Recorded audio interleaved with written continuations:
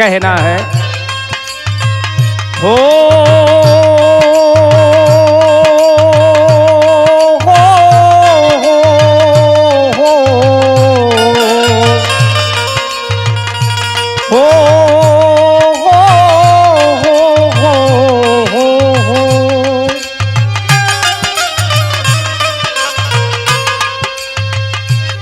बसे अरे बसे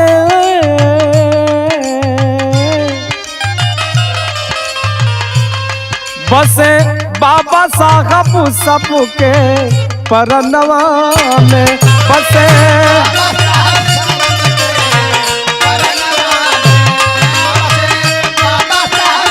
वाह क्या बात है।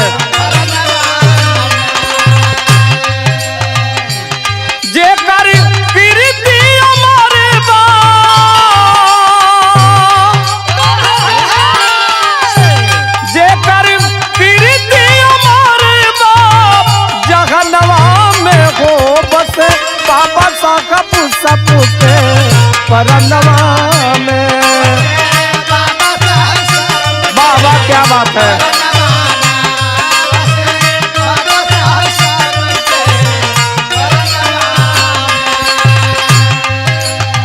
क्यों बाबा साहब सबके दिल में बसते हैं। कैलाश भैया, शिव कुमार भैया, हीरा भैया क्यों बसते हैं हमारे दिल में, आपके दिल में, बहुजन समाज के दिल में। अर्जुन भैया क्यों बसते हैं बाबा साहब। दुखियों का दुख दूर,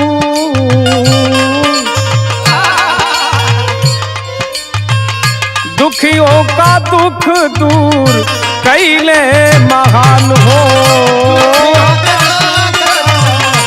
कैले महान हो।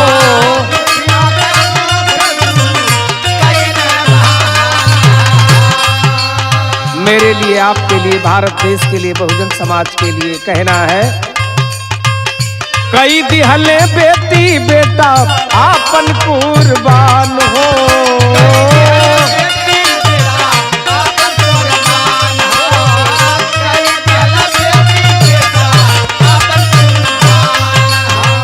कभी दिल में जब ये बात आती है कि हमारे लिए, आपके लिए, बहुजन समाज के लिए बाबा साहब डॉक्टर B.R. अम्बेडकर ने अपनी बेटी, अपने बेटों की कुर्बानी देख करके अनिल चंद्रा जैसे करोड़ों करोड़ों लोगों को खुशहाल बनाया, उनका जीवन सुखी बनाया, तो कभी कभी दिल और दिमाग में और ये आंखें किस स्थिति में हो जाती हैं। कहना है आंसू कैसे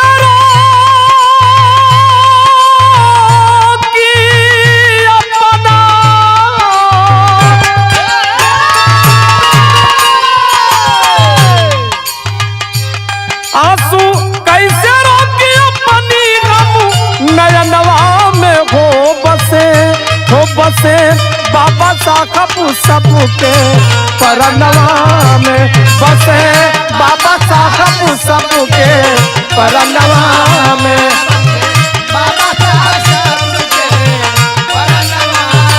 जे करी कीर्ति अमर बा, जे करी कीर्ति अमर बा, जहनवा में हो बसे बाबा साहब सबके परनवा में।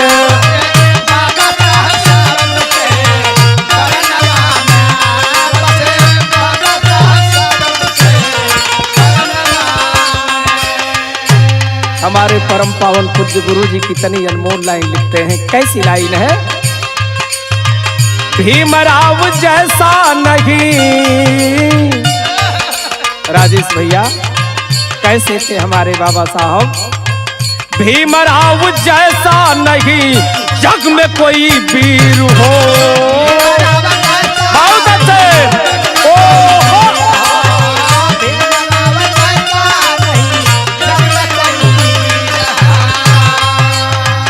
कलम से करोड़ों की, इसी कलम से निशस्त्र सैनिकांचा सरदार भीम होता।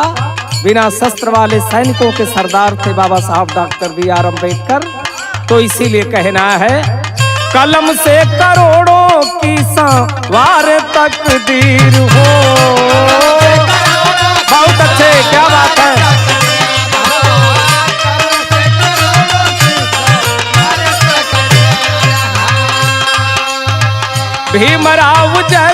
नहीं जग में कोई वीर हो, कलम से करोड़ों की सवार तकदीर हो।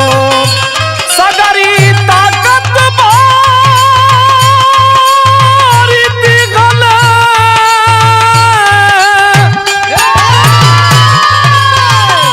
सगरी ताकत भारी दिहल संबी धनवा में हो बसे, अरे बसे बाबा साहब सबू के परनवा में बसे। बहुत अच्छे, क्या बात है।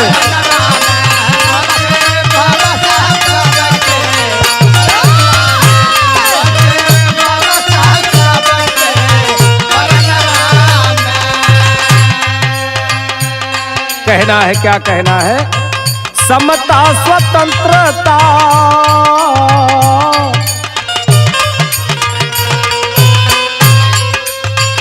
समता स्वतंत्रता बंधुत्व और न्याय हो, समता स्वतंत्रता बंधुत्व और न्याय हो, समता स्वतंत्रता बंधुत्व। बुद्धि से बाबा साहब, बुद्धि से बाबा साहब दिए पर्याय हो।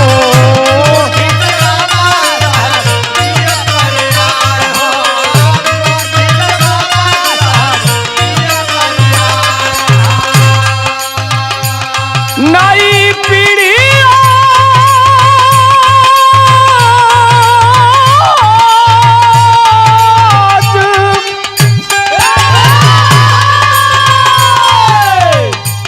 नई पीढ़ी तुर संगठनवा में, अरे नई पीढ़ी तुर संगठनवा में हो बसे, अरे बसे बाबा साहब सबके परनवा में। बहुत अच्छे, क्या बात है। ओ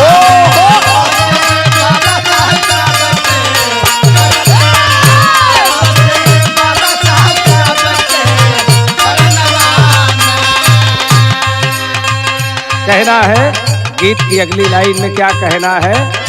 अन्याय आज भी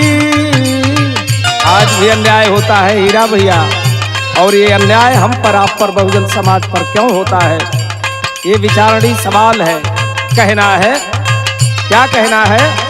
अन्याय आज भी होता है भीषण,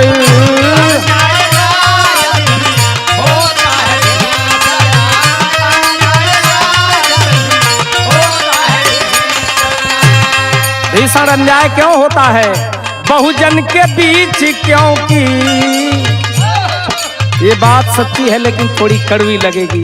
कहना है, बहुजन के बीच क्योंकि बैठे हैं विभीषण,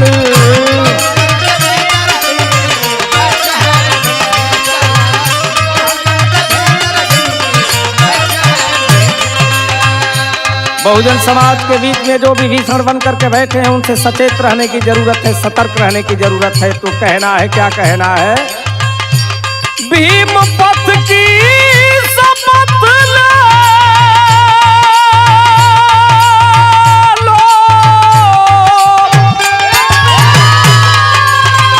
भीम के रास्ते पर चलने की शपथ ले लो, कसम खा लो। कहना है, भीम पथ की शपथ ले लो, अपने मनवा में हो बसे बाबा साहब सबके परनवा में। बहुत अच्छे, हो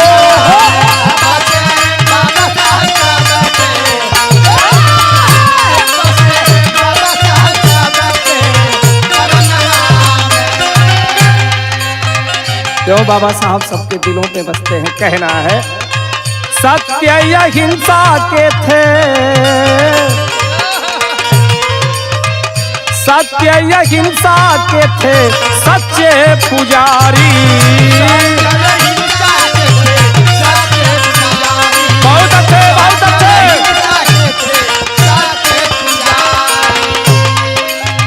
धमकी धरोहर को 14 अक्टूबर 1956 को बाबा साहब ने उस धम्म को दिया जो धम्म हमारा इस भारत की वसुंधरा पर पैदा हुआ। भगवान बुद्ध ने हमें जो धम्म दिया